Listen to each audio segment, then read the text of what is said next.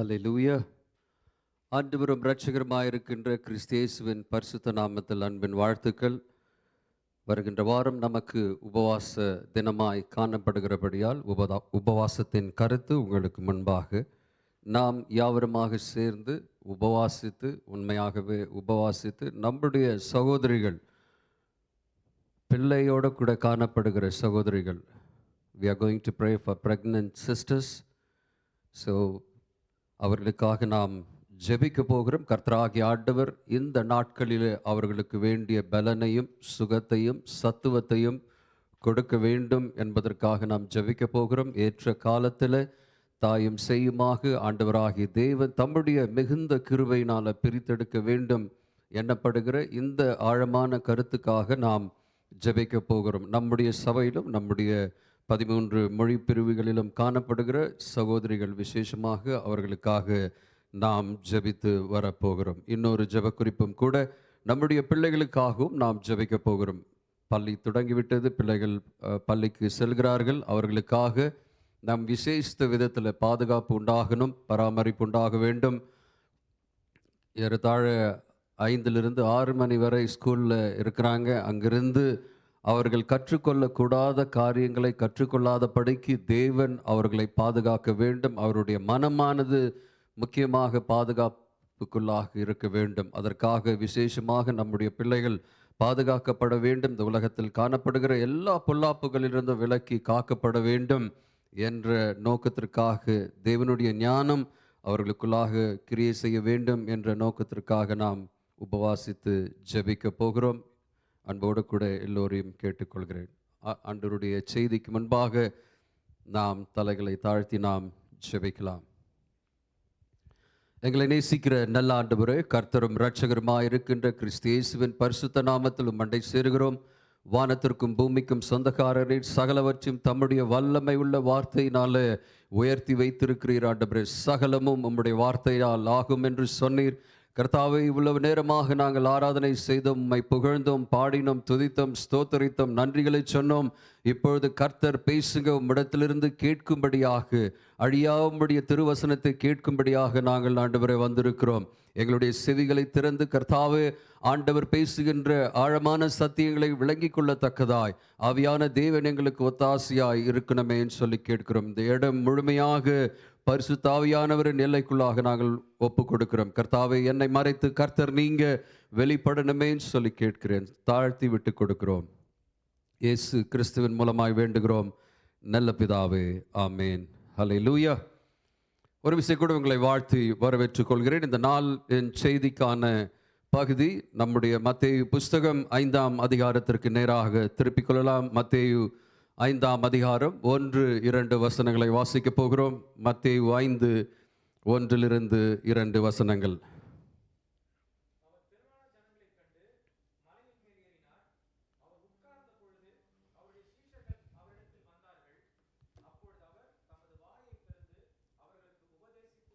தம்முடைய வாயை திறந்து உபதேசித்து சொன்னது என்னவென்றால், 1-2 வசனங்கள் தான் இந்த நாளின் செய்தியாக நாம் பார்க்க போகிறோம். பாருங்க, உங்களுக்கு எல்லோருக்கும் தெரிந்த மலை பிரசங்கம் என்று பெரிதாய் பேசப்படுகிற ஆண்டவருடைய சத்தியத்தை நாம் தியானிக்க போகிறோம்.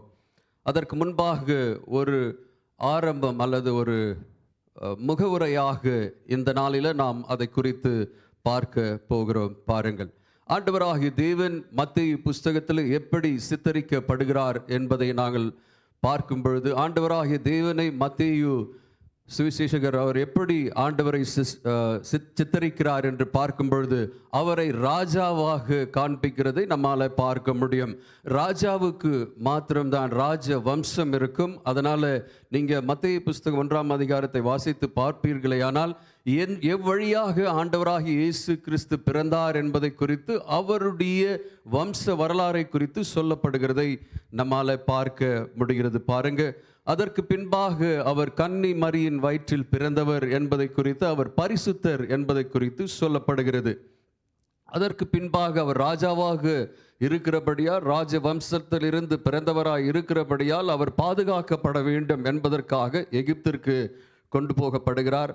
அதைத் தொடர்ந்து யோவானுடைய சுவிசேஷம் நம்மாலே பார்க்க முடிகிறது. யோவான் ஸ்நானகனின் ஊழியம், மனம் திரும்புங்கள், பரலோக ராஜ்யம் சமயமாய் இருக்கிறது என்று சொல்லி யோவான் ஸ்நானகன் பிரசங்கித்து எல்லோருக்கும் ஞானஸ்தானம் கொடுக்கிற காரியம் உங்களால் பார்க்க முடியும். அதற்கு பின்பாக இயேசு ஆண்டவருக்கு ஞானஸ்தானம் கொடுக்கிறதை நம்மால் பார்க்க முடிகிறது. அந்த ஞானஸ்தானம் முடிந்த பின்பு 4ஆம் அதிகாரத்தில் சாத்தானால ஆண்டவராகிய தேவன் சோதிக்கப்படுகிற ஒரு நிகழ்வை குறித்து நாம் வாசிக்கிறோம். பாருங்க, இந்த சோதனை நீங்க ஆதியாகமத்தின் புஸ்தகத்தை வாசித்து பார்க்கும் பொழுது அங்கேயும் கூட ஆதாமுக்கு ஒரு சோதனை இருந்தது. அந்த சோதனையில் அவன் தோற்று போனான். ஆனாலும் கூட இங்கு பார்க்கும்படியான இந்த ஒரு சோதனையில் ஆண்டவராகிய இயேசு கிறிஸ்து ஜெயம் பெற்றவராய் இருக்கிறதை நம்மால் பார்க்க முடிகிறது. பாருங்கள், அதற்கு பின்பாக அவர் சோதனையில் ஜெயித்து எழுந்தவராய் அங்கே அவர் சீஷர்களை அழைக்கிறதை நம்மால் பார்க்க முடிகிறது. சீஷர்களை அழைக்கிறதை நம்மால் பார்க்க முடிகிறது. ஆண்டவராகிய தேவன் பிறந்தார்.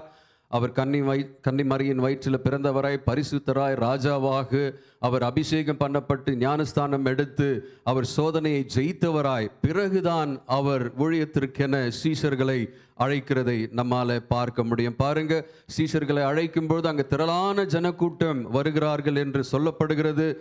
சிரியா, யோர்தான், எருசலேம், டெக்கபோலிஸ் என்னப்படுகிற பட்டணங்களில் இருந்து யூதர்கள் அநேகராக திரளாக கூடி வருகிறதை நம்மால் பார்க்க முடிகிறது. 4ஆம் அதிகாரத்தின் கடைசி வசனங்களை வாசித்து பார்ப்பீர்களே, ஆனால் திரளான ஜனக்கூட்டம் அவரை கேட்கும்படியாக அவரை நெருக்கி அவரிடத்தில் வருகிறதை நம்மால் பார்க்க முடிகிறது. கலிலேயா என்னப்படுகிற பட்டணத்தில் அவர் காணப்படுகிறார். அங்கு ஒரு மலையின் மேலே ஏறி தொடங்குகிற இந்த மலை பிரசங்கத்தை குறித்து நாம் வாசித்து பார்க்க போகிறோம். அங்கே சரித்திரபூர்வமாக பார்க்கும்போது சரியான ஒரு நேரமாக காணப்படுகிறது. சரியான நேரம் என்று சொல்லி பார்க்கும்பொழுது யோவான் ஸ்நானகன் சிறைப்பிடிக்கப்படுகிறார்.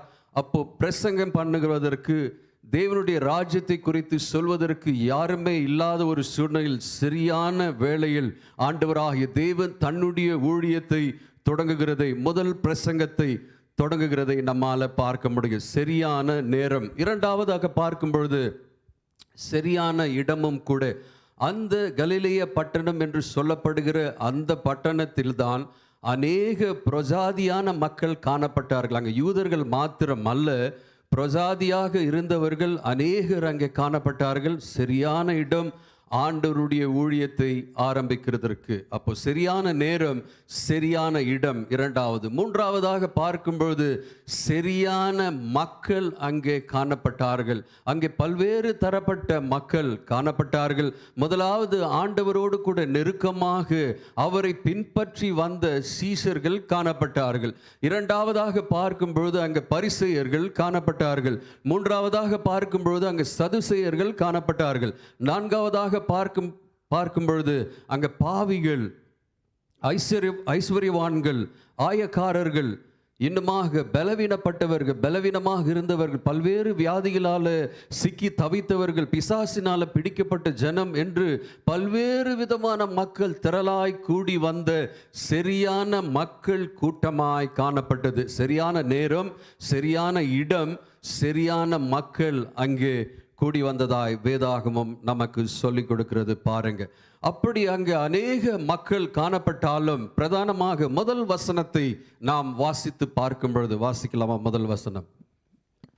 அவர் திரளான ஜனங்களை கண்டு மலையின் மேல் ஏறினார். அவர் உட்கார்ந்த பொழுது அவருடைய சீஷர்கள் அவரிடத்தில் வந்தார்கள். அவர் திரளான ஜனங்களை கண்டு மலையின் மேல் ஏறினார். இங்கே பார்க்கும் பொழுது இங்கே ஒரு மலையின் மேலே ஏறிதான் ஆண்டவராகிய தேவன் மலை பிரசங்கம் இந்த செய்தியை அங்கிருக்கின்ற மக்களுக்கு சொல்லப்படுகிறது நம்மால பார்க்க முடிகிறது. இதை கொஞ்சம் அப்படியே பழைய ஏற்பாட்டில் பார்ப்போமே. ஆனால் சீனாய் மலையின் மேலே தான் ஆண்டவராகிய தேவன் மோசேவுக்கு நியாயப்பிரமாணத்தை கொடுக்கிற காரியம் பார்க்கப்படுகிறது பாருங்க. அங்க மலையின் மேல ஒரு இம்பார்ட்டன்ட் ஈவெண்ட், அந்த மலை மேல தான் ஆண்டவராகிய தேவன் இறங்கி ஆண்டவராகிய தேவன் மோசேவுக்கு நியாயப்பிரமாணத்தை கொடுக்கிறார். இங்கே மோசேவின் பார்க்கிலும் பெரியவராக இருக்கிற ஆண்டவராகிய இயேசு கிறிஸ்து மலையின் மேலே ஏறிதான் தன்னுடைய முதல் பிரசங்கத்தை, மலை பிரசங்கம் என்று சொல்லப்படுகிற பெரிதாய் பேசப்படுகிற அந்த பிரசங்கத்தை, முதல் செய்தியை ஆண்டவர் அங்கிருந்து தான் தருகிறார். அந்த வசனத்தின் முடிவை பார்க்கும் பொழுது அவருடைய சீஷர்கள் அவரிடத்தில் வந்தார்கள். அங்கே அநேக கூட்டம் காணப்பட்டது, திரளான கூட்டம் காணப்பட்டது. பல்வேறு நகரங்களில் இருந்து, பல்வேறு தேசங்களில் இருந்து வந்த கூட்டம் அங்கே காணப்பட்டது. டெக்கபோலிஸ் என்னப்படுகிற பட்டணத்தில் இருந்து வந்தவர்கள் உண்டு, கலிலேயா பட்டணத்தில் இருந்து வந்தவர்கள் உண்டு, யோர்தானிலிருந்து வந்தவர்கள் உண்டு, எருசலேமில் இருந்து வந்தவர்கள் உண்டு, சிரியாவில் இருந்து வந்தவர்கள் உண்டு. அநேக மக்கள், பல்வேறு சமுதாயத்தின் பல்வேறு பிரிவை சார்ந்த மக்கள், பரிசேயர், சதுசேயர், ஆயக்காரர்கள், அப்படி பல்வேறு தரப்பட்ட மக்கள் காணப்பட்டாலும் அவர் அருகே வந்தவர்கள் அவருடைய சீஷராக இருந்தார்கள் பாருங்க. அப்போ அவருடைய சீஷர்கள் அவரிடத்தில் வந்தார்கள். அப்போ முதலாவதாக இந்த செய்தியானது யாருக்கு என்று பார்க்கும் பொழுது ஆண்டவராகிய இயேசு கிறிஸ்துவை ஏற்றுக்கொண்ட சீஷர்களுக்கு தான் என்று சொல்லப்படுகிறது பாருங்க. அப்போ அங்க வந்து அவரை கேட்கும்படியாக வந்த அந்த சீஷர்கள், அப்படி என்று பார்க்கும் பொழுது இயேசுவை விசுவாசிக்கிறவர்கள், இயேசுவை ஏற்றுக்கொள்கிறவர்கள், இயேசுவை பின்பற்றுகிறவர்கள், இயேசுவை விசுவாசிக்கிறவர்கள், அவரே உலக இரட்சகர் என்று நம்புகிறவர்கள், மெய்சியா என்று நம்புகிறவர்களுக்கு மாத்திரம் இந்த மலை பிரசங்கமானது காணப்படுகிறது பாருங்க. வேறு யாராலும் அதை விளங்கிக் கொள்ளவோ, அதை புரிந்து கொள்ளவோ, அதை ஏற்றுக்கொள்ளவோ முடியாது. ஆனால் இது பிரதானமாக பார்க்கும் பொழுது the primary audience of this message is the disciples. இந்த சீஷர்களுக்காகவே சொல்லப்படுகிற ஒரு செய்தியாக இருக்கு. அநேகர் அங்க கூடி வந்தாங்க, நிறைய ஜன கூட்டம், திரளான கூட்டம் இருந்தது, உண்மைதான். அவங்க எல்லாரும் கேட்டிருப்பாங்க, உண்மைதான். ஆனாலும் கூட ஆண்டவரை கேட்கும்படியாக, ஆண்டவர் சொல்கிறதை கேட்கும்படியாக அவரிடத்துல வந்து அமர்ந்த சீஷர்களுக்காய் சொல்லப்படுகிற செய்தியாக காணப்படுகிறது. பாருங்க, அவர் என்ன சொல்றாருன்னா, வாயை திறந்து என்ன சொல்கிறார்? அடுத்த வசனம், 2ஆம் வசனம். அப்பொழுது அவர் தமது வாயை திறந்து அவர்களுக்கு உபதேசித்து சொன்னது என்னவென்றால், அவர் வாயை திறந்து உபதேசித்து சொன்னது என்னவென்றால், ஆவியில் எளிமையுள்ளவர்கள் பாக்கியவான்கள், ஆவியில் எளிமை உள்ளவர்கள் பாக்கியவான்கள், பரலோக ராஜ்யம் அவர்களுடையது. அதை பின்பு பார்க்கலாம் பாருங்க. அவர் பிரசங்கிக்கும்படியாக ஆரம்பிக்கிறார். அவருடைய பிரசங்கத்தின் தலைப்பு, அவருடைய செய்தியின் தலைப்பு என்ன என்று பார்க்கும் பொழுது பாக்கியவான். பாக்கியவான் என்பதான தலைப்பில் தமிழ் வேதாகம புஸ்தகத்தில் பாக்கியவான் என்று எழுதப்பட்டுள்ளது. ஆங்கில வேதாகம புஸ்தகத்தில் பிளஸட் அல்லது ஹாப்பி என்று சொல்லப்படுகிறது. சந்தோஷம், பிளஸட். இன்னொரு மொழிபெயர்ப்பை, இன்னொரு அர்த்தம் அதற்கு என்ன என்று பார்க்கும் பொழுது மகிழ்ச்சி, சந்தோஷம், மனமகிழ்ச்சி என்று நாம் சொல்லலாம் பாருங்க. அப்போ அங்கே சொல்லப்படுகிற வசனத்தை, அந்த 3ஆம் வசனத்தை நாம் வாசித்து பார்ப்போமே. ஆனால் ஆவியில் எளிமை உள்ளவர்கள், சந்தோஷம் உள்ளவர்கள், பரலோக ராஜ்யம் அவர்களுடையது. ஆவியில் எளிமை உள்ளவர்கள், மகிழ்ச்சி உள்ளவர்கள், பரலோக ராஜ்யம் அவர்களுக்கு உள்ளது. கேட்கறதுக்கே ஒரு மாதிரி இருக்குல்ல? நம்ம பார்ப்போம். அப்போ ஆண்டவராகிய தேவன், அந்த வார்த்தைக்கு அர்த்தம் என்ன, அந்த பாக்கியவான் என்று சொல்லப்படுகிறதற்கு அர்த்தம் என்ன என்று பார்க்கும் பொழுது அது சந்தோஷம் அல்லது மகிழ்ச்சி என்பதாக சொல்லப்படுகிறது. ஆண்டவராகிய தேவன் அவர் கொண்டு வந்த முதல் செய்தி நமக்காக மகிழ்ச்சியின் செய்தியாய் காணப்பட்டது. ஆண்டவராகிய தேவன் நமக்கு முதல் கொண்டு வந்த செய்தி நமக்கு சந்தோஷத்தை கொடுக்கிற செய்தியாய் காணப்படுகிறது. ஆண்டவராகிய தேவன் முதலாவது கொண்டு வருகிற செய்தி நாம் எல்லோரும் மகிழ்ச்சியோடு கூட சந்தோஷமாய் மன மகிழ்ச்சியாய் காணப்பட வேண்டும் என்ற நோக்கத்தோடு கூட பேசப்படுகிற மகிழ்ச்சியின் செய்தியாகவே காணப்படுகிறது. பாருங்க, அன்று நியாயப்பிரமாணம் நம்மை கொன்றது. ஆனால் இன்று ஆண்டவராகிய தேவன் அதே ஒரு மலையின் மேலே ஏறி பிரசங்கம் பண்ணுகிறார். மகிழ்ச்சியாய் இருக்க வேண்டும், மகிழ்ச்சியை குறித்து, சந்தோஷத்தை குறித்து, பாக்கியவான் பாக்கியவதியாய் இருக்க வேண்டும் என்பதை குறித்து முதலாவது ஆண்டவராகிய தேவன் பேசுகிறதை நம்மால பார்க்க முடிகிறது. அந்த பாக்கியவான் என்ற பதத்தை நீங்க கிரேக்க மொழியில பார்க்கும் பொழுது மக்காரியோஸ் என்று சொல்லப்படுகிறது. அந்த பதத்திற்கு என்ன அர்த்தம் என்று பார்க்கும் பொழுது, ஒன்று மகிழ்ச்சி, சந்தோஷம் என்று சொல்லலாம். இந்த வார்த்தையை யாருக்கு பயன்படுத்தினார்கள் என்று பார்க்கும் பொழுது, கிரேக்க ஜனமானது யாருக்கு பயன்படுத்தினாங்கன்னு பார்க்கும்போது, அவங்க திரளான ஆஸ்தியை வைத்திருக்கிற செல்வந்தனுக்கு இந்த ஒரு மக்காரியோஸ் என்னப்படுகிற ஒரு பதத்தை அவர் பயன்படுத்தினதாக வேதாகமம் நமக்கு சொல்லிக் கொடுக்கிறது. பாருங்க, இது வேத அறிஞர்கள் சொல்கிறாங்க. வேத அறிஞர்கள் இவ்விதமாக சொல்கிற சரித்திரத்தை வாசித்து பார்க்கும் பொழுது, கிரேக்க மொழியை வாசித்து பார்க்கும் பொழுது அதில் சொல்லப்படுகிற காரியம், இந்த பதமானது செல்வந்தனுக்கு போதும் எண்ணப்படுகிற அளவுக்கு செல்வம் உள்ள ஒரு மனுஷனுக்கு பயன்படுத்துகிற ஒரு வார்த்தையாய் காணப்படுகிறது. அப்புறம் இந்த வார்த்தையை யாருக்கு பயன்படுத்துகிறார்கள் என்று பார்க்கும் பொழுது, கிரேக்க தேவர்களுக்கு பயன்படுத்துகிற ஒரு வார்த்தையாக காணப்படுகிறது. பாருங்க, கிரேக்க தேவர்களுக்கும் அவங்க என்ன சொல்றாங்கன்னா மக்காரியோஸ் அப்படின்னு சொல்றாங்க. ஏன் அப்படி சொல்றாங்கன்னா, கிரேக்க தேவர்கள்லாம் சந்தோஷமாக இருக்கிறாங்களாம், அவங்களுக்கு குறைவு ஒன்றும் இல்லையா, அவங்க நிறைவாக இருக்கிறார்களாம், அவர்களுக்கு சகலமும் இருக்கிறதாம், திரளான ஆஸ்தி இருக்கிறதாம், சகலமும் அவர்களுக்கு பரிபூர்ணமாக காணப்படுகிறதாம். அது நிமித்தமாக மக்காரியோஸ் அவர்கள் மகிழ்ச்சியோடு கூட சந்தோஷத்தோடு கூட இருக்கிறார்கள் என்று அவர்களை அழைக்கும் விதமாக இந்த பதமானது பிரயோஜனப்படுத்தப்படுகிறது. அப்போ இந்த பதம் எதற்காக பிரயோஜனப்படுத்துதுன்னா, போதும் என்று சொல்லக்கூடிய அளவுக்கு திரளான ஆஸ்தி உள்ள ஒரு மனுஷனுக்கு பிரயோஜனப்படுத்துகிற ஒரு வார்த்தை. ஆண்டவராகிய தேவன் அந்த வார்த்தையை தான் பயன்படுத்துகிறார்.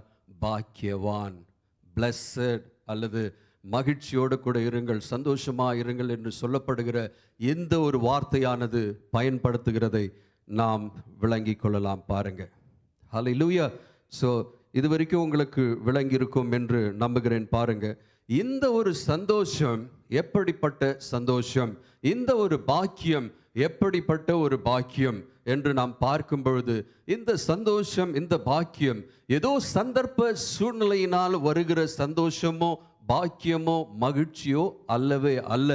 ஏதோ இது இந்த உலகத்தில் நாம் ஒன்றை சுதந்திரித்துக் கொள்ளும் பொழுது, இந்த உலகத்தில் நாம் ஒன்றை பெற்றுக்கொள்ளும் பொழுது நமக்கு வருகிற சந்தோஷமோ பாக்கியமோ இது கிடையாது. இது உள்ளான மனுஷனில் ஒரு நிறைவை கொண்டு வருகிற, உள்ளான மனுஷனில் ஒரு ஆவில ஒரு மகிழ்ச்சியை கொண்டு வருகிற சந்தோஷத்தை குறித்து தான் ஆண்டவராகிய தேவன் இங்கு விளக்கி சொல்கிறதை நம்மால பார்க்க முடிகிறது. இது அந்த யூத மக்களுக்கு அந்த நாட்களில் விளங்கி இருக்காது, எதிர்மாறையாக தான் அவர்களுக்கு விளங்கி இருக்கும்.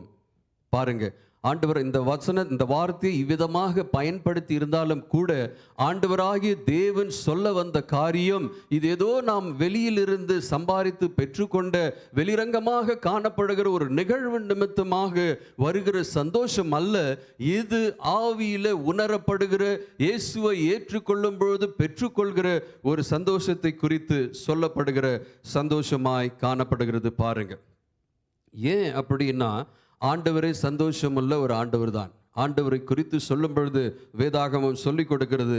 சங்கீத புஸ்தகத்தின் 68ஆம் சங்கீதத்தின் 35ஆம் வசனத்தை வாசிக்கலாம். சங்கீதம் 68:35.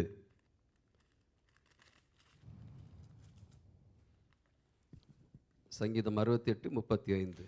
தேவனே, உமது பரிசுத்த ஸ்தலங்களிலிருந்து பயங்கரமாய் விளங்குகிறீர்.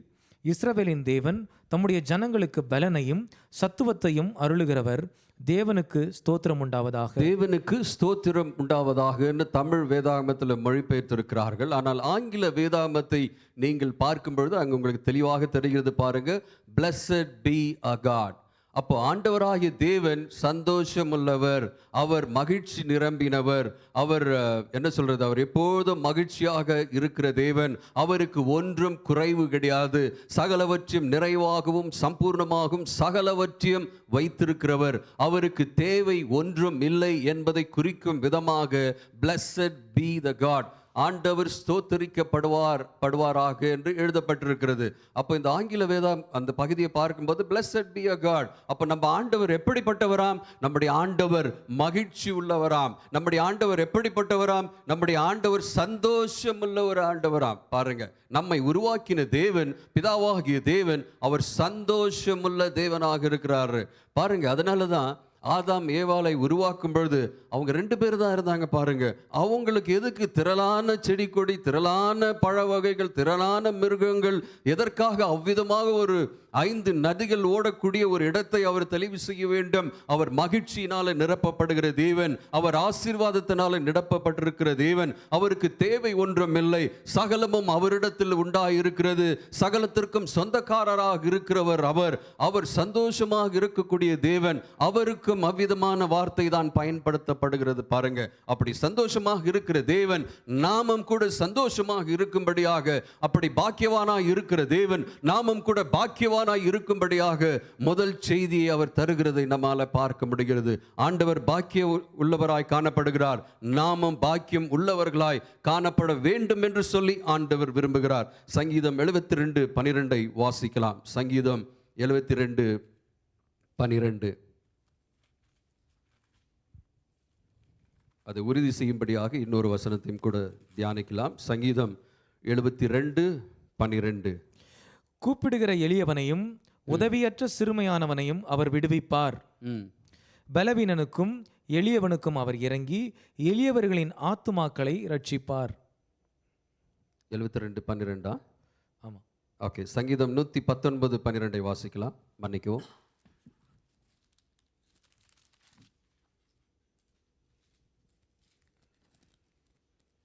சங்கீதம் 119:12 கர்த்தாவே நீர் ஸ்தோத்தரிக்கப்பட்டவர். கர்த்தாவே நீர் ஸ்தோத்தரிக்கப்பட்டவர். நீங்க ஆங்கில வேதாகம பாருங்க, அதுல எப்படி வடிவமைக்கப்பட்டுள்ளது என்று பாருங்கள். Blessed are you, blessed are you, O Lord, teach me your statutes. Blessed are you. அப்போ ஆண்டவராகிய தேவன் ஸ்தோத்தரிக்கப்படத்தக்கவர். ஸ்தோத்தரிக்கப்படத்தக்கவர்னா அவர் மகிழ்ச்சியும் பாக்கியமுள்ள தேவனாக இருக்கிறவர். அவருக்கு குறைவு ஒன்றுமில்லை. அவர் நிறைவாக சகலவற்றையும் சம்பூர்ணமாக வைத்திருக்கிற தேவன். அவர் என்ன சொல்றது, அவர் இஸ் a sovereign God, இறையாண்மை படைத்த தேவனாய் இருக்கிறார் என்பதை குறிக்கிறதாக காணப்படுகிறது பாருங்க. இன்னொரு வசனத்தையும் கூட வாசிக்கலாம். 1 தீமோத்தேயுவின் புஸ்தகம் 11:12 வாக்கியம். 1 தீமோத்தேயு 11:12 ஆண்டவர் பிளஸட், ஆண்டவர் பாக்கியவான் என்பதற்கான ஆதார வசனங்களை பார்த்து கொண்டிருக்கிறோம். 1 தீமோத்தேயுவின் புஸ்தகம் 11:12 1 தீமோத்தேயு இல்லையா? அதுவும் தப்பா? ஓகே, 1 தீமோத்தேயு 6:15 மன்னிக்கவும். 1 தீமோத்தேயு 6:15 அந்த பிரசன்னமாக்குதலை தேவன் தம்முடைய காலங்களில் வெளிப்படுத்துவார். தம்முடைய காலங்களில் வெளிப்படுத்துவார். அவரே நித்தியானந்தமுள்ள, அவரே நித்தியானந்தமுள்ள ஏக சக்கராதிபதியும், சக்கராதிபதியும், ராஜாதி ராஜாவும், ராஜாதி ராஜாவும், கர்த்தாதி கர்த்தாவும், கர்த்தாதி கர்த்தாவும், ஒருவராய் சாவாமை உள்ளவரும், ஒருவராய் சாவாமை உள்ளவரும், சேரக்கூடாத ஒளியில் வாசம் பண்ணுகிறவரும், சேரக்கூடாத ஒளியில் வாசம் பண்ணுகிறவரும், மனுஷரில் ஒருவரும் கண்டிராதவரும், மனுஷரில் ஒருவரும் கண்டிராதவரும், காணக்கூடாதவருமாய் இருக்கிறவர், காணக்கூடாதவருமாய் இருக்கிறவர். அவர்தான் ராஜாதி ராஜா, கர்த்தாதி கர்த்தர். அவர் வல்லமை உள்ள தேவன் பாருங்க. அவருக்கு ஒன்றும் தேவையில்லை. அப்படின்னா என்ன அர்த்தம்னா, அவருக்கு ஒன்றும் குறைவு இல்லை. அவர்தான் சர்வத்திற்கும் அதிகாரி.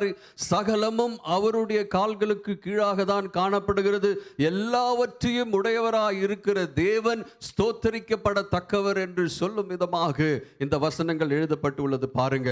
அப்ப ஆண்டவராகிய தேவன் அவர் ஸ்தோத்தரிக்கப்படத்தக்கவர். ஆங்கில வேதாகமத்தின் பிரகாரமாய் பார்க்கும் பொழுது அவர் பாக்கியவானாய் இருக்கிறவர். கர்த்தாதி கர்த்தர், தேவாதி தேவன். அவர் பாக்கியமுள்ள தேவன், அவர் மகிழ்ச்சி உள்ள தேவன். அவருக்கு ஒன்றும் அவசியமில்லை. ஏனென்று சொன்னால் சகலமும் அவரிடத்திலே காணப்படுகிறது பாருங்கள். ஹல்லேலூயா. ஆனா என்ன நடந்ததுன்னா, சாத்தான் நம்முடைய மனசுல என்ன வச்சிருக்கான்னா, ஆண்டவராகிய தேவன் கல்வாரி சிலுவையில் என்னாச்சு? கல்வாரி சிலுவையில் அடிக்கப்பட்டவர் சிலுவையிலே தொங்கிட்டு இருக்கார். இன்னும் அவர் எழுந்திருக்கவே இல்லை. அவர்கிட்ட ஒண்ணுமே இல்லை என்று சொல்லி அப்படியே வைத்திருக்கான் பாருங்க. ஆண்டவராகிய தேவன் வந்தது உண்மைதான், ஆண்டவராகிய தேவன் மரித்தது உண்மைதான், ஆண்டவராகிய தேவன் கொடூரமாய் சிலுவையில் கொலை செய்யப்பட்டது உண்மைதான். ஆனால் மீண்டும் அவர் ராஜாதி ராஜாவாக, கர்த்தாதி கர்த்தாவாக, கருணையின் தேவனாக, வல்லமை உள்ள தேவனாக, பராக்கிரமம் நிரம்பின தேவனாக, பிதாவின் வலது பாரசத்தில் அதிகாரத்தின் ஸ்தலத்தில் இருந்து இன்னும் அவர் ஆளுகை செய்து கொண்டிருக்கிறார் பாருங்க. அவர் ராஜாதி ராஜா, அவர் கர்த்தாதி கர்த்தர், அவர் வல்லமை உள்ள தேவனாக இருக்கிறார். அவருக்கு ஒன்றும் குறைந்து போவதில்லை. அதனால தான் அவரை குறித்து சொல்லும் பொழுது அவர் பாக்கியம் உள்ள தேவன் என்று சொல்லப்படுகிறது, அவர் ஸ்தோத்தரிக்கப்படத்தக்கவர் என்று சொல்லப்படுகிறது, அவர் மகிழ்ச்சி உள்ள தேவன் என்று சொல்லப்படுகிறது, அவர் சந்தோஷம் நிரம்பின தேவன் என்று சொல்லப்படுகிறது. ஹல்லேலூயா. அவர் பாக்கியமுள்ள தேவனாக இருக்கிறார் பாருங்க. இந்த பாக்கியத்தை நீங்களும் நானும் சுதந்திரித்துக் கொள்ள வேண்டும் என்பதுதான் தேவனுடைய திட்டமும் தீர்மானமாய் காணப்படுகிறது பாருங்க. அதற்கு ஆதாரமாய் 2 பேதுருவின் புஸ்தகம் 1ஆம் அதிகாரத்தின் 4ஆம் வசனம். 2 பேதுருவின் புஸ்தகம் 1ஆம் அதிகாரத்தின் 4ஆம் வசனம். இச்சையினால் உலகத்தில் உண்டான கேட்டுக்கு தப்பி திவ்ய சுபாவத்திற்கு பங்குள்ளவர்களாகும் பொருட்டு, திவ்ய சுபாவத்திற்கு பங்குள்ளவர்களாய் ஆகும் பொருட்டு மகா மேன்மையும் அருமையுமான வாக்கு தத்தங்களும் அவைகளினாலே நமக்கு அளிக்கப்பட்டிருக்கிறது. அவைகளினால் நமக்கு அளிக்கப்பட்டு இருக்கிறது. திவ்ய சுபாவத்தில் பங்கு உள்ளவர்களாய் ஆகும் பொருட்டு ஆண்டவராகிய தேவன் நமக்கு வார்த்தை கொடுத்திருக்கிறார், வாக்கு தத்தங்களை கொடுத்திருக்கிறார். எதற்கு என்று பார்க்கும் பொழுது அவருடைய சுபாவத்தில் நீங்களும் நானும் பங்குதாரர்களாக மாற்றப்பட வேண்டும் என்பதற்காகவே. அதற்காக தான் இந்த காரியங்கள் சொல்லப்படுகிறது பாருங்க. அப்படி என்று பார்க்கும் பொழுது ஆண்டவர் பாக்கியம் உள்ளவராய் இருப்பாரேயானால், என் ஆண்டவர் மகிழ்ச்சி உள்ளவராய் இருப்பாரேயானால், என் ஆண்டவர் சந்தோஷம் உள்ளவராய் இருப்பாரேயானால், அவருடைய தன்மையை மகிழ்ச்சியும் சந்தோஷமும் பாக்கியமாக இருக்குமே ஆனால், நானும் கூட அவருடைய சாயலில் உருவாக்கப்பட்டவன், அவரால் தெரிந்து கொள்ளப்பட்டவன், அவரால் மீட்கெடுக்கப்பட்டவன், அவருடைய இரத்தத்தினால மீட்கப்பட்ட ஜனமாய் காணப்படுகிறவன், ஆசாரியனும் ராஜரீகமான ஆசாரியர் கூட்டம் என்று அழைக்கப்படுகிற நானும் கூட அவருடைய சுபாவத்தில் பங்குதாரராக இருக்க வேண்டும் பாருங்க. அப்படிப்பட்ட ஆண்டவர் சந்தோஷத்தை கொடுத்திருக்கிறார். அந்த சந்தோஷத்தை நீங்களும் நானும் பெற்று அனுபவித்து அவரை போலவே ராஜரீகம் பண்ண வேண்டும் என்பதற்காக தான் அந்த மகிழ்ச்சியும் சந்தோஷத்தையும் உங்களுக்கும் எனக்கும் ஆண்டவர் தந்திருக்கிறார். அதில் நீங்களும் நானும் பங்குதாரர்களாக இருக்க வேண்டும் என்று சொல்லி அவர் நம்மை அழைக்கிறதை நம்மால பார்க்க முடிகிறது பாருங்க. ஹல்லேலூயா, ஹல்லேலூயா. ஆதாம் என்ன பண்ணா? இந்த காரியத்தை தான் பாருங்க. ஆதாம் அவன் பழைய ஏற்பாட்டின் காலங்களை குறித்து பார்க்கும் பொழுது அவனுக்கு வந்த சோதனையில் அவன் என்ன பண்ணா? அவனுக்கு வந்த சோதனையில் என்ன பண்ணா? அந்த சோதனைக்கு அவன் இணங்கி கொடுத்து தன்னுடைய இந்த மகிழ்ச்சியை அவன் விற்று போட்டான் பாருங்க. நடந்தது இதுதான். ஆண்டவராகிய தேவன் அவரை போலவே ரூபாந்தரப்படுத்தி அவருடைய சுவாச காற்றை அவனுக்கு கொடுத்து அவனை மனுஷியாய் மாற்றி நடத்தினார். ஆனா இவன் செஞ்ச வேலை என்னன்னா, இவன் தன்னுடைய இச்சைக்கு உட்பட்டு என்ன பண்ணான்னா, சாத்தான் கையில இந்த சந்தோஷத்தையும் இந்த ஆசீர்வதிக்கப்பட்ட நிலைமையும் அவன் விற்று போட்டவனாய் காணப்படுகிறான் பாருங்க. ஆனா இங்கு ஆண்டவர் என்ன செய்றார் பாருங்க. அவர் இங்கு ஆண்டவராகிய இயேசு கிறிஸ்து அந்த 40 நாட்களுக்கு உபவாசத்திற்கு பின்பு சோதிக்கப்படும் பொழுது அவர் சாத்தானை ஜெயித்து எழும்பினவராய் அவர் நமக்கு தருகிறது அந்த மீண்டுமாக இழந்து போன ஏதேன் தோட்டத்தில் இழந்து போன அந்த சந்தோஷத்தையும் அந்த ரட்சிப்பையும் அந்த மகிழ்ச்சியும் மீண்டுமாக திருப்பி கொடுக்கும்படியாக ஆண்டவருடைய முதல் பிரசங்கமே மகிழ்ச்சியாயிருங்கள், பாக்கியவானாயிருங்கள். பாக்கியத்தை அங்கு இழந்து போனோம். எங்கு இழந்து போனோம்? ஆதாம் ஏவாள் தன்னுடைய அந்த ஏதேன் தோட்டத்தில் இழந்து போனோம் பாக்கியத்தை எங்கு ஆண்டவர் திருப்பி தருகிறார்? ஆண்டவராகிய தேவன் மலை பிரசங்கம் என்று சொல்லப்படுகிற அந்த இடத்துல அவர் வந்து ஆண்டவராகிய தேவன் அந்த மகிழ்ச்சி உங்களுக்கு சொந்தமானது, அந்த மகிழ்ச்சியை நீங்களும் பெற்றுக்கொள்ளலாம். அவரை விசுவாசிக்கிற, அவரை ஏற்றுக்கொள்கிற, அவருடைய இரத்தத்தினால் மீட்கப்படுகிற ஜனத்திற்கு அப்படிப்பட்ட ஒரு சந்தோஷம் ஒன்று என்று அவர் சொல்கிறதை நம்மால பார்க்க முடிகிறது பாருங்க. ஆதாம்னால சாபம் வந்தது, ஆண்டவராகிய இயேசு கிறிஸ்துவினால ஆசீர்வாதம் வந்தது, பாக்கியம் வந்தது, சந்தோஷம் வந்தது, மகிழ்ச்சி வந்தது. ஆதாம் செய்த பாவத்தின் நிமித்தமா என்ன வந்துச்சாங்க? பாக்கியம் வந்துச்சா? பாக்கியம் பெற்றார் ஆதாம ஏவாளும்? இல்ல, சாபம் வந்துச்சு. பூமியானது சபிக்கப்படுகிறது. ஆனா இங்க பாருங்க, ஆண்டவராகிய தேவன் அவர் ஜெயித்தெழுந்தவராய் எங்கு பாக்கியத்தை உங்களுக்கும் எனக்கும் அருளச் செய்கிறதை நம்மால பார்க்க முடிகிறது பாருங்க. ஹல்லேலூயா. நீங்களும் நானும் பாக்கியம் பெற்ற ஜனமாய் வாழும்படியாகவே அழைக்கப்பட்டவர்கள் என்று நாம் விளங்கிக் கொள்ள வேண்டும் பாருங்க. அதனால தான் ஆண்டவராகிய தேவன் சிலுவையில் அறைந்து இருக்கும் பொழுது அந்த கடைசி நிமிடத்திலையும் ஒரு என்ன சொல்றது, அந்த ஒரு மனுஷன் குற்றம் செய்த ஒரு மனுஷன் கேட்கும் பொழுது, ஆண்டவரே என்னை நினைத்தருளும் என்று சொல்லும் பொழுது, இன்றே நீ என்னோடு கூட பரதேசியில் இருப்பாய். ஆண்டவராகிய தேவன் அவர் ஜெயித்து எழுந்தவர் பாருங்க. அவர் பாக்கியம் பெற்ற ஜனமாய், பாக்கியம் பெற்ற தேவனாய் இருந்தவர், மகிழ்ச்சி உள்ள தேவனாய் இருந்தவர். அந்த பாவை மனம் திரும்பி இறங்கி ஆண்டவரிடத்தில் கேட்கும் பொழுது அவர் சொல்கிறார் பாருங்க, நீ இதை செய்ய வேண்டும், அதை செய்ய வேண்டும், இதை சொல்ல வேண்டும், அதை சொல்ல வேண்டும் என்று ஒன்றும் சொல்லவில்லை. அவர் இருதயத்தை பாற்றவராய் அவரை பார்த்து சொல்கிறார், இன்று என்னோடு கூட பரதேசியில் நீ காணப்படுவாய். ஹல்லேலூயா. அப்படிப்பட்ட பரதேசி என்று சொல்லும் பொழுது மகிழ்ச்சி நிரம்பின ஒரு இடமாய் காணப்படுகிறது, பாக்கியம் பெற்ற ஒரு இடமாய் காணப்படுகிறது பாருங்க. என்னோடு கூட, என்னுடைய பாக்கியத்தில் என்னோடு கூட நீ இருப்பாய் என்பதற்காக சொல்லப்பட்ட ஒரு வார்த்தையாய் நாம் இதை எடுத்துக்கொள்ளலாம் பாருங்க. ஆண்டவராகிய தேவன் அவ்விதமாக அவர் பாக்கியம் பெற்றவராய் இருந்தார். அந்த பாக்கியத்தை தான் நீங்களும் நானும் சுதந்திரத்துக் கொள்ளும்படியாய், நீங்களும் நானும் அதை பெற்றுக்கொள்ளும்படியாய், நீங்களும் நானும் அதை அனுபவிக்கும்படியாய் ஆண்டவராகிய தேவன் விரும்புகிறதை நம்மால பார்க்க முடிகிறது பாருங்க. ஹல்லேலூயா. நீங்க பழைய ஏற்பாட்டின் கடைசி அதிகாரம் எது? பழைய ஏற்பாட்டின் கடைசி அதிகாரம்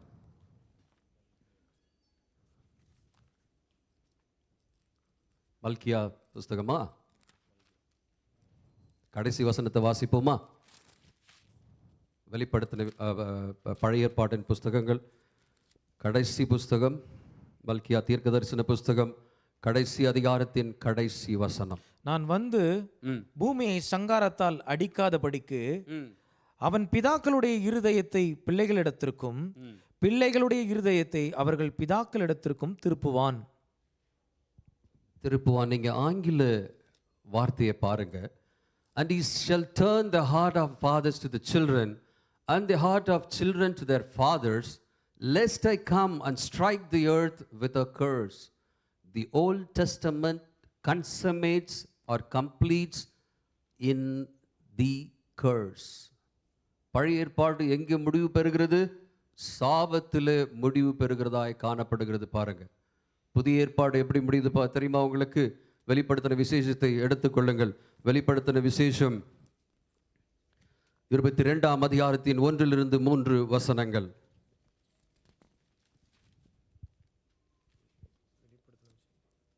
வெளிப்படுத்தின விசேஷம் 22 1 - 3 வசனங்கள்.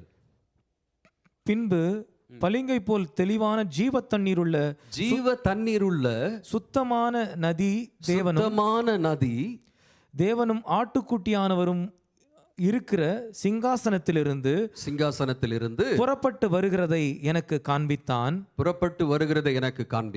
நகரத்து வீதியின் மத்தியிலும் நதியின் இருக்கையிலும் 12 விதமான கனிகளை தரும் ஜீவ விருட்சம் இருந்தது. அது மாதந்தோறும் தன் கனியை கொடுக்கும். அந்த விருட்சத்தின் இலைகள் ஜனங்கள் ஆரோக்கியம் அடைகிறதற்கு ஏதுவானவைகள். இதை கவனமா வாசிங்க. இனி ஒரு சாபமும் இராது. எப்படி வெளிப்படுத்தின விசேஷம், எப்படி புதிய ஏற்பாடு முடிகிறது? இனி ஒரு சாபமும் இராது. பழைய ஏற்பாடு எப்படி முடிகிறது? சாபம் இருக்குன்னு முடியுது. ஆனா புதிய ஏற்பாட்டு எப்படி முடிகிறது? சாபம் இராது. இன்னும் கொஞ்சம் கடைசி வசனத்தை வாசிங்களேன், இன்னும் அதிகமாக உங்களுக்கு புரியும் பாருங்க. கடைசி வசனத்தை வாசிக்கலாம். நம்முடைய கர்த்தராகிய இயேசு கிறிஸ்துவின் கிருபை. புதிய ஏற்பாடு எப்படி முடியுதுங்க? கர்த்தராகிய இயேசு கிறிஸ்துவின் கிருபையினால முடிக்கப்படுகிறது தான் புதிய உடன்படிக்கை அல்லது புதிய ஏற்பாடு பாருங்க. பழைய ஏற்பாடு நமக்கு சாபத்தை கொண்டு வந்தது. புதிய ஏற்பாடு நமக்கு கிருபையை கொண்டு வருகிறதாய், பாக்கியத்தை கொண்டு வருகிறதாய் காணப்படுகிறது பாருங்க. அன்பு தேவனுடைய பிள்ளையே, என்னை கேட்டுக்கொண்டிருக்கிறேன் தேவனுடைய பிள்ளையே, நீங்களும் நானும் விளங்கிக் கொள்ள வேண்டிய ஒரு ஆழமான சத்தியம் என்ன என்று பார்க்கும் பொழுது நீங்களும் நானும் பாக்கியம் பெற்றவர்களாக, நீங்களும் நானும் கிருபைக்கு சொந்தக்காரர்களாக, கிருபையை சுதந்தரித்துக் கொண்டவர்களாக அழைக்கப்பட்டவர்களாக இருக்கிறோம். பாருங்க, you and me are called so that we will receive the grace of Lord Jesus Christ. The Old Testament completes in curse, but the New Testament completes in grace. And there is no more curse. எப்போ அங்கே சாபம் இல்லை என்று சொல்லப்படுகிறது. பாருங்க, ஆண்டவராகிய இயேசு கிறிஸ்து அவ்வளவு மகிழ்ச்சி உள்ள, அவ்வளவு பாக்கியம் பெற்ற தேவனாக இருந்து உங்களுக்கும் எனக்கும் பாக்கியம் உண்டாகும்படியாக அவ்விதமாக செய்தார். பாருங்க, சாலமோன் ராஜா அவர்களுடைய வாழ்க்கை குறித்து உங்களுக்கு நன்றாக தெரிந்தது தான். பாருங்க, சாலமோன் ராஜா ஞானத்தில் குறைவே இல்லை. ஆண்டவர் அவ்வளவு ஞானத்தை கொடுத்திருந்தார். 1 ராஜாக்களின் புஸ்தகம் 3ஆம் அதிகாரத்தின் 12ஆம் வசனத்தை வாசித்து பார்க்கும் பொழுது, வேகமாக வாசிக்கலாம். 1 ராஜாக்கள் 3:12. உன் வார்த்தையின்படி செய்தேன், ஞானமும் உணர்வும் உள்ள இருதயத்தை உனக்கு தந்தேன். ஞானமும் உணர்வும் உள்ள இருதயத்தை உனக்கு நான் தருகிறேன். ஆண்டவராகிய தேவன் பரமபிதா அவருக்கு ஞானமும் உணர்வும் உள்ள இருதயத்தை உனக்கு தருகிறேன் என்று சொல்லி திரளான ஞானம் படைத்தவராய் இருந்தார். பாருங்க, 1 ராஜாக்களின் புஸ்தகம் 4ஆம் அதிகாரத்தின் 24ஆம் வசனம் சொல்லிக் கொடுக்கிறது. 1 ராஜாக்கள் 4:24. திரளான ஆஸ்தி அவரிடத்தில் உண்டாயிருந்துதான். வாசிக்கலாம்.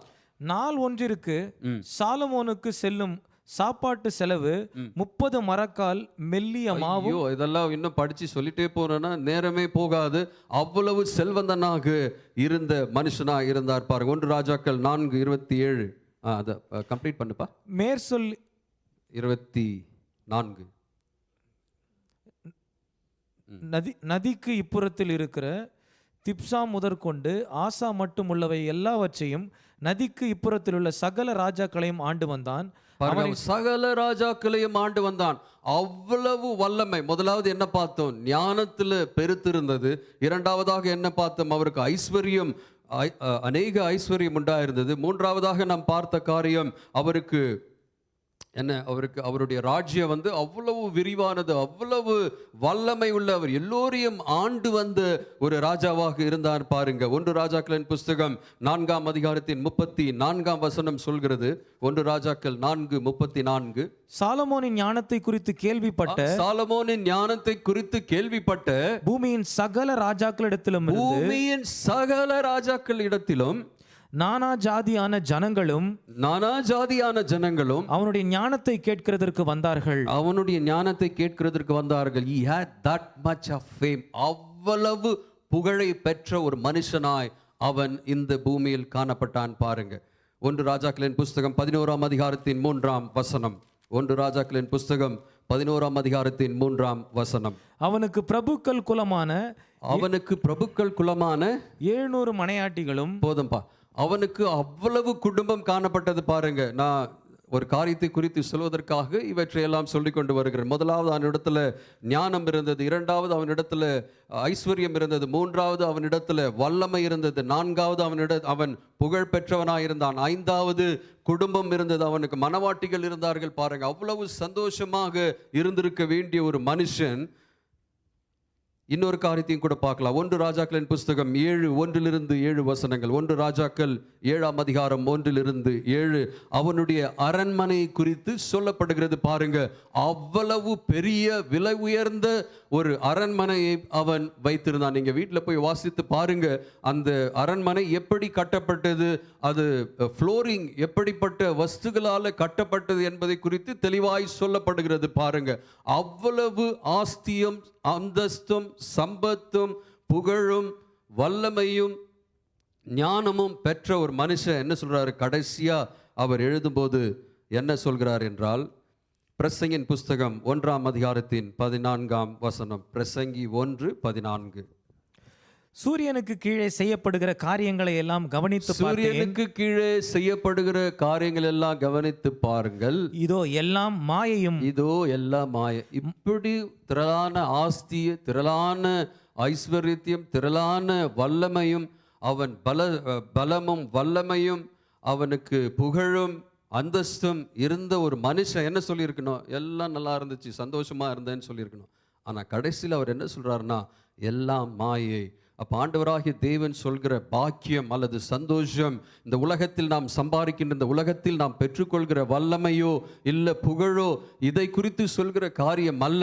This is something else that is to be enjoyed in the spirit. ஆவியிலே உணரப்படுகிற, ஆவியிலே பெற்றுக்கொள்ளக்கூடிய, உள்ளான மனுஷனிலே பெற்றுக்கொள்ளக்கூடிய ஒன்றாக காணப்படுகிறது இந்த பாக்கியம் பெற்ற ஒரு நிலை என்று நாம் விளங்கிக் கொள்ளலாம். பாருங்க, ஹல்லேலூயா. அப்போ நமக்கு ஞானம் நமக்கு உண்மையான சந்தோஷத்தை கொண்டு வராது. பாருங்க, புகழ் நமக்கு உண்மையான சந்தோஷத்தை கொண்டு வராது. அதிகாரம் நமக்கு உண்மையான சந்தோஷத்தை கொண்டு வராது. பாருங்க, எது உண்மையான சந்தோஷத்தை கொண்டு வரும் என்று பார்க்கும் பொழுது, ஆண்டவராகிய இயேசு கிறிஸ்துவை ஏற்றுக்கொள்கிறதும், அவரை விசுவாசிக்கிறதும், அவரிலே நிலைத்திருக்கிறதும், அவரிலே அமர்ந்திருக்கிறதும், அவர் நம்மிலே அமர்ந்திருக்கிறதும், நாம் அவரிலே அமர்ந்திருக்கிறோம். We abide in him and he abides in us. Therefore we can give much fruit. This is what will bring happiness, much happiness into your life. இதுதான் உங்களை பாக்கியம் உள்ளவர்களாக மாற்றம். பாருங்க, நாம் பெற்றுக்கொள்கிற சம்பாதிக்கிற காரியம் அல்ல.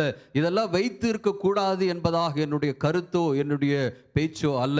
இதெல்லாம் வைத்திருக்கணும். சாலமோன் ராஜா வச்சிருந்தாரு. அதை பார்க்கிலும் அதிகமாக நீங்களும் நானும் வைத்திருக்க வேண்டும். ஏன்னா நீங்களும் நானும் தேவனால் அழைக்கப்பட்டவர்கள், தேவ புத்திரர்கள் என்று சொல்லப்படுகிறவர்கள், தெரிந்து கொள்ளப்பட்ட சந்ததியும் ஜாதியுமா இருக்கிறோம் என்று சொல்லப்படுகிற அழைக்கப்படுகிறவர்கள், ஆண்டவருடைய ஞானத்தை பெற்றுக்கொண்டிருக்கிற ஜனம். இதெல்லாம் நமக்கு தேவைதான். ஆனா இதெல்லாம் நமக்கு நிரந்தரமான ஒரு சந்தோஷத்தையோ ஒரு மகிழ்ச்சியோ ஒரு பாக்கியம் பெற்ற நிலைப்பாடை நமக்கு கொண்டு வராது. எது பாக்கியம் பெற்ற நிலைப்பாடை கொண்டு வரும் என்று சொன்னால், நான் அவரை போலவே மாறும்படி எனக்கு ஒன்றும் தேவையில்லை, சகலவற்றுக்கும் சொந்தக்காரராக இருக்கிற என் ஆண்டவராக இயேசு எனக்கு அவர் மாத்திரம் எனக்கு பொழுதும் என்னுடைய இருதயத்தில் மகிழ்ச்சி சந்தோஷம் காணப்படும். பாருங்க, நிறைவான ஒரு மகிழ்ச்சியும் சந்தோஷமும் காணப்படும். பாருங்க, சவுல் ராஜாவை குறித்து பார்க்கும் பொழுது, சவுல் ராஜாவுக்கு எல்லாம் இருந்தது. அவரும் ராஜா தான், அவருக்கும் எல்லாமே இருந்தது. ஆனாலும் கூட ஒரு பிசாசு வந்து அவனை தொல்லைப்படுத்திட்டு அவருக்கு என்ன நடந்தது? அவருக்கு என்ன நடந்தது? எல்லாம் அப்படியே பார்க்குறீங்க. அவருக்கு என்ன நடந்தது? சமாதானத்தை இழந்து போனான். ஒரு ராஜாவாக இருக்கிற மனுஷன், கை தட்டினா 10 பேர் வந்து நிற்பாங்க. அப்படிப்பட்டு இருந்த மனுஷன் சமாதானத்தை இழந்து போகிறான். பாருங்க, we need to understand this. இந்த உலகத்தில் ராஜாவாக இருந்தாலும், இந்த உலகத்தில் பல்வேறு காரியங்களை வைத்திருந்தாலும், ஆண்டவருடைய சமாதானம் நமக்கு வேண்டும், ஆண்டவர் நமக்கு வேண்டும். பாருங்க, ஹல்லேலூயா. அப்போ இங்க பாக்கியம் என்று சொல்லப்படுகிறது, ஆண்டவர் உள்ளான மனுஷனில் வைக்கின்ற ஒரு மகிழ்ச்சியும் ஒரு சந்தோஷத்தையும் குறித்தே சொல்லப்படுகிறது. இந்த வெளிப்பிரகாரமாக பெற்றுக்கொள்கிற எதையும் குறித்து இங்கே சொல்லப்படவில்லை. இதை நாம் ஆழமாக விளங்கி கொள்ள வேண்டும். பாருங்க, இது இன்னும் கொஞ்சம் ஆழமாக நாம் போனோன்னா நம்மளால் இதை விளங்கி கொள்ள முடியும். பாருங்க, இங்கே நான் உங்களுக்கு ஆரம்பத்தில் சொன்ன விதமாக இங்கே பல்வேறு தரப்பட்ட மக்கள் இருந்தாங்க. நேரம் இல்லாதனால சுருக்கமாக நான் சொல்லிடுறேன். பாருங்க, 4 விதமான மக்கள் அங்கே காணப்பட்டார்கள். ஒன்று பரிசேயர் என்று சொல்லப்படுகிற கூட்டம், இரண்டாவது சதுசேயர் என்று சொல்லப்படுகிற கூட்டம், மூன்றாவது எஸ்என்எஸ் என்று சொல்லப்படுகிற கூட்டம், நான்காவது பார்க்கும்போது ஜெலட்ஸ் என்று சொல்லப்படுகிற 4 விதமான யூத மக்கள் இங்கே காணப்பட்டார்கள். 4 ரகம் அல்லது 4 விதமான யூத மக்கள் இங்கு காணப்பட்டார்கள் என்று வேத அறிஞர்கள் சொல்கிறார்கள். அது குறித்து உங்களுக்கு விளக்கி சொல்கிறேன். பாருங்க, இங்க 4 விதமான மக்கள் காணப்பட்டாங்க.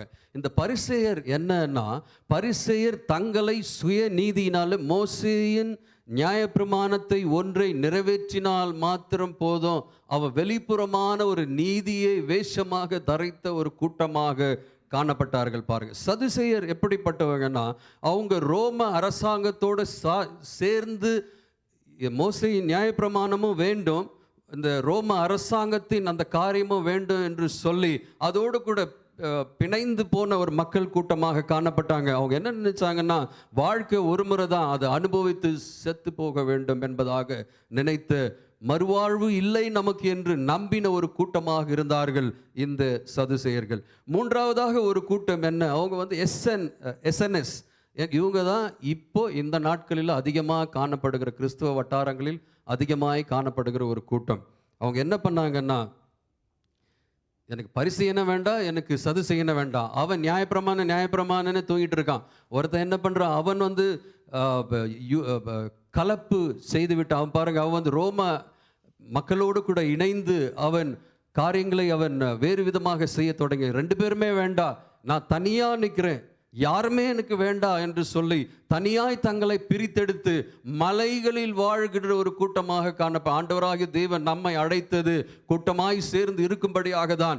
எல்லாத்தையும் விட்டுட்டு நான் ஓடி போய் மலையில் உட்காந்து அப்பதானே பரிசுத்தமாக வாழ முடியும் என்று நினைப்பதற்காக அல்ல. இந்த கூட்டம் என்ன நினைச்சாங்கன்னா, நாம் பரிசுத்தமாக இருக்க வேண்டும், ஆண்டவர் சொன்னதை கடைபிடிக்க வேண்டும், செய்ய வேண்டும் என்று சொன்னால் நகரத்தில் இருக்கக்கூடாது, நான் மலையில போயிட்டு அங்கே தங்கணும். அப்பதான் இந்த யூதர்கள் இந்த பரிசேய சதுசேய செய்கிற சதிகளை நம்மால் பார்க்காதபடிக்கு நான் தள்ளி இருப்பேன், நான் யாரு கூட சேர மாட்டேன்னு சொல்லி தள்ளி இருந்த ஒரு கூட்டத்திற்கு பெயர் தான் SNS. 3வது கூட்டம். 4வதாக சொல்லப்படுகிற கூட்டம் ஜெலட்ஸ் என்று சொல்லப்படுகிற கூட்டம், கானானியர்கள் என்று சொல்லப்படுகிற ஒரு மக்கள். இவங்க யுத்தம் செய்ய திறன்பட்ட ஒரு மக்களாய் கருதப்படுகிறார்கள். இவங்களுக்கு என்னன்னா, நியாயப்பிரமாணமோ வேண்டாம், நம்ம யாராவது எதிர்க்கணும் அவனை முடிச்சிடணும், அவ்வளோதான், அவனை கொன்று போட்டு நாம் வென்றுவிட வேண்டும், நாம் சந்தோஷத்தை பெற்றுக்கொள்ள வேண்டும். முதல் கூட்டம் என்ன, பரிசேயை எப்படி எதிர்பார்த்தான்? சந்தோஷம், நான் நியாயப்பிரமாணத்தை நிறைவேற்றுகிறபடியால் எனக்கு சந்தோஷம் உண்டாகும் என்று. சதுசேயன் என்ன எதிர்பார்த்தான்? நான் சந்தோஷம் எப்படி பெற்றுக்கொள்வேன் என்று, அந்த உலகத்தில் இவ்வாழ்வில் இருக்கிறதை நான் அனுபவிக்க வேண்டும், அது நான் யாரு கூட வேண்டும் என்றாலும் கலந்து நான் அனுபவிக்கலாம், அப்பொழுது நான் சந்தோஷத்தை பெற்றுக்கொள்வேன் என்று சொல்லி அவ்விதமான சந்தோஷத்தை பெற்றுக்கொண்டவனாய் காணப்பட்டான். அந்த சந்தோஷம் அதுதான் நம்பினான் அந்த கூட்டம். 3வதாக இருக்கிற கூட்டம் என்ன பண்ணா, அல்ட்ரா ஹோலி, அவன் மகா பரிசுத்த, அவன் எதுவும் வேண்டாம் எனக்குன்னு சொல்லி காட்டில் போய் இருந்த ஒரு கூட்டமாக, அப்படி இருக்கிறது நிமித்தமாக எனக்கு சமாதானமும் நான் பாக்கியம் பெற்றவனாய் மாறிவிடுவேன் என்று நம்பின கூட்டம் இந்த 3ஆம் ரகமாக காணப்பட்டது. இந்த 4ஆம் ரகமான கூட்டம் என்ன, எனக்கு விரோதமாக யாராவது பேச அவனை போட்டு தள்ளிடணும், அவ்வளோதான், முடிஞ்சு போகணும், அவன் இருக்கவே கூடாது, அவனை கொன்று போட வேண்டும், அப்பொழுது மாத்திரம் நான் நியாயப்பிரமாணத்தை நிலைநிறுத்த முடியும், அப்பொழுது எனக்கு நான் சந்தோஷமாக என்னை காத்துக்கொள்ள முடியும் என்று நம்பின மனுஷன். இந்த 4 ரகமாக இருந்த கூட்டம் அங்கே இருந்தபடியால் தான் ஆண்டவர் எதிர்மாறியான காரியத்தை குறித்து பேசுகிறதை நம்மால பார்க்க முடிகிறது. அப்போ பாக்கியம்னா, சந்தோஷம்னா இந்த உலகத்தில் ஒன்று செய்கிறது நிமித்தமாய் பெற்றுக்கொள்கிற காரியம் அல்ல, இது இருதயத்திற்கு சம்பந்தப்பட்ட காரியம், இது உள்ளான மனுஷனில் சம்பந்தப்பட்ட காரியம். நீ ரோம அரசாங்கத்தோடு கூட சேர்ந்து கலப்பு செய்து இதயம் மதியம் செய்கிறது நிமித்தமாய் உனக்கு நிரந்தரமான சந்தோஷம் வராது. நீ ஓடி போய் எங்கேயோ மலையில் ஒளிந்து இருக்கிறபடியால் உனக்கு நிரந்தரமான சமாதானமோ அமைதியோ நீ பாக்கியத்தை பெற முடியாது. நீ ஒருவரை கொன்று போகிறது நிமித்தமாய் உனக்கு சந்தோஷம் கிடைக்காது. நீ உண்மையான சந்தோஷம் பாக்கிய பெற்றவனாய் இருக்க வேண்டும் என்று சொன்னால் இயேசுவை ஏற்றுக்கொள்ள வேண்டும் என்று சொல்லி அந்த 9 விதமான சந்தோஷங்களை குறித்து சொல்லப்படுகிறது. பாருங்க, அந்த 9 விதமான சந்தோஷங்களை குறித்து நாம் தெளிவாய் பார்க்க போகிறோம். எல்லாமே எதிர்மாறையாக காணப்படும். ஆவியில் எளிமை உள்ளவர்கள் சந்தோஷ உள்ளவர்கள். என்ன சொல்லப்படுகிறது? 3ஆம் வசனம், ஆவியில் எளிமை உள்ளவர்கள் பாக்கியவான்கள், அவர்கள் பரலோக ராஜ்யம் அவர்களுடைய. ஆவியில் எளிமை உள்ளவர்கள். எப்படி ஆவியில் எளிமை உள்ளவர் பாக்கியவான்கள்? எளிமையா இருந்தா எப்படி பாக்கியத்தை பெற்றுக்கொள்ள முடியும்? அந்த ஜெலட்ஸ் நம்பினதற்கு எதிர்மாறான ஒரு கருத்தாய் காணப்படுகிறது. எப்படி நான் எளிமையான எண்ணெல்ல போட்டு தள்ளிடுவாங்க, சரிதானே? அப்ப நான் எப்படி எளிமையாக இருக்க வேண்டும்? பாருங்க, எதிர்மாறையான ஒரு கருத்தை குறித்து ஆண்டவராகிய தேவன் ஒரு பாக்கியத்தை குறித்து, ஒரு சந்தோஷத்தை குறித்து, ஒரு மகிழ்ச்சியை குறித்து பேசுகிறதை நம்மால பார்க்க முடிகிறது. ஆண்டவராகிய தேவன் இயேசு கிறிஸ்து அவர் மகிழ்ச்சியினால நிரம்பி இருக்கிற ஒரு தேவன், அவர் பாக்கியம் உள்ள ஒரு தேவனாக இருக்கிறவர். அவருக்கு ஒன்றும் குறைவில்லை. பாருங்க, சகலமும் சம்பூர்ணமாகவும் நிறைவாகவும் பரிபூர்ணமாகவும் சகலவற்றையும் வைத்திருக்கிற ஒரு தேவனாக அவர் இருக்கிறார். பிதாவாகிய தேவனை குறித்து சொல்லும் பொழுது அதே அதிகாரத்தை நீங்கள் வாசித்து பார்ப்பீர்களானால் கடைசியில் அது எப்படி முடியும்னா, அவர் சம்பூர்ண உள்ள தேவன் என்று சொல்லப்படுகிறது. பாருங்க, அவர் சம்பூர்ணமுள்ளமாக எல்லாவற்றையும் அவர் வைத்திருக்கிற ஒரு தேவனாக இருக்கிறார், பாக்கியம் பெற்றவராக இருக்கிறார். அந்த பாக்கியத்தை நீங்களும் நானும் சுதந்திரித்துக் கொள்ள வேண்டும். அதற்காகவே அழைக்கப்பட்டு இருக்கிறோம். அதற்காகவே நமக்காக அவர் மரித்து உயிரோடு கூட எழும்பியிருக்கிறார். அதற்காகவே பரிசுத்த ஆவியானவரை இன்று உங்களுக்கும் எனக்கும் தந்திருக்கிறார். நீங்களும் நானும் அந்த பாக்கியத்தை பெற்றவர்களாய் அவருடைய நாமத்தை மகிமைப்படுத்துகிறவர்களாய் காணப்பட வேண்டும். பாருங்க, ஆண்டவராகிய தேவன் பாக்கியம் பெற்றவர். அவருடைய ராஜ்யம் பாக்கியம் பெற்ற ராஜ்யம்.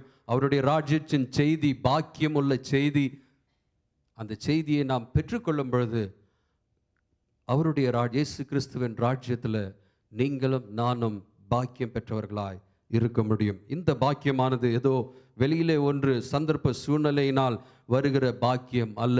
இது இருதயத்தில் ஆவியில உணரப்படுகிற பெற்றுக்கொள்ள வேண்டிய ஒரு பாக்கியம், ஒரு சந்தோஷம் என்பதாக காணப்படுகிறது. பாருங்க, இது வல்லமையினால வராது, திரளான காரியத்தினால வராது, செழிப்பினால வராது.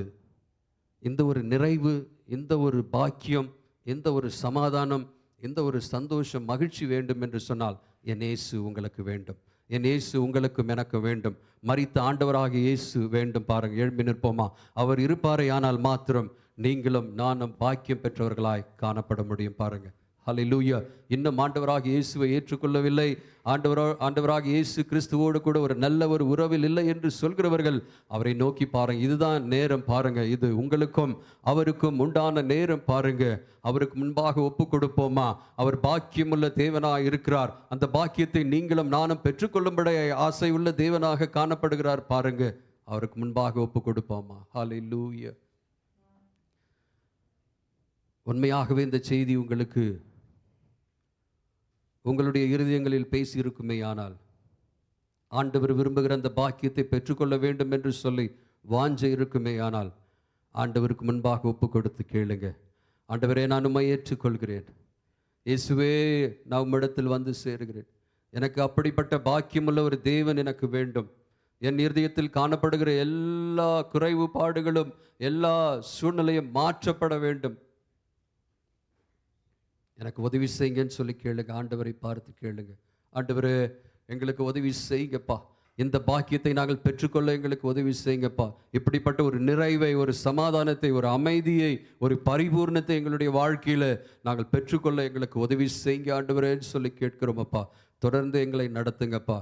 ஆண்டவரே கர்த்தாவே, கிறிஸ்து இயேசுவின் பரிசுத்த நாமத்தில் கேட்கிறோம். எங்களுடைய சபையில் உள்ள ஒவ்வொரு பிள்ளைகளுக்காய் வேண்டுகிறோம் ராஜா.